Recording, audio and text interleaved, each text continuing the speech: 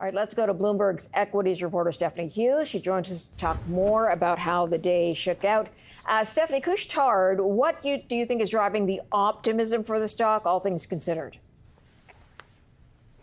Absolutely, Marilla. Yes, those shares gained by nearly 8% at its peak, making Couche-Tard the top TSX performer for pretty much the entire trading day today, as you alluded to.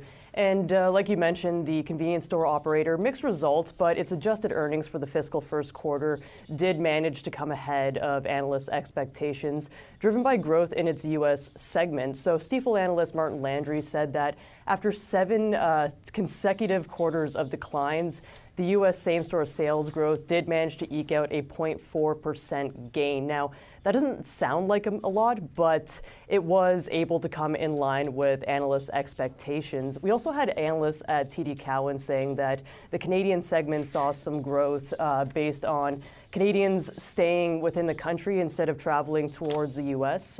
For going out and getting together, and the fact that alcohol sales are allowed in Ontario convenience stores. So that was another revenue source for them. So shares had been lagging, especially in the past month. I'm sure that BMO analyst downgrade didn't help, but investors are welcoming these results, even though they were a bit mixed. Fuel sales, I believe, were a weight on the earnings results, but it's that optimism around the U.S. sales growth and Canadian sales growth, too, that's really driving them into the green today, Marilla. Okay, so gold stocks are also gaining ground. Why is that? Yeah, so it's another gold rally. I'm looking at Wesdome Gold Mines in particular, which was among the top TSX performers earlier today before it got nudged out by other players. But nonetheless, those shares managed to gain by nearly 5% at its highest point, bringing the stock price up to its highest level since June. And it's rallying in tandem with other TSX-listed gold names because gold prices managed to hit another all-time high. They're now trading at $3,556 an ounce, and that's because more traders are confident about the prospect of a Federal Reserve rate cut sometime this month. They're getting more hints that Jerome Powell might be ready to go ahead with that move.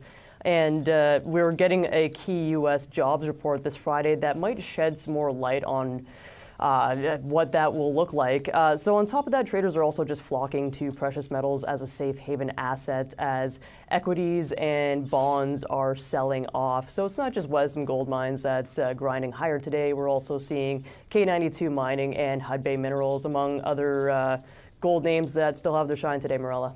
All right, we will leave it there. Stephanie Hughes of Bloomberg, thanks for that.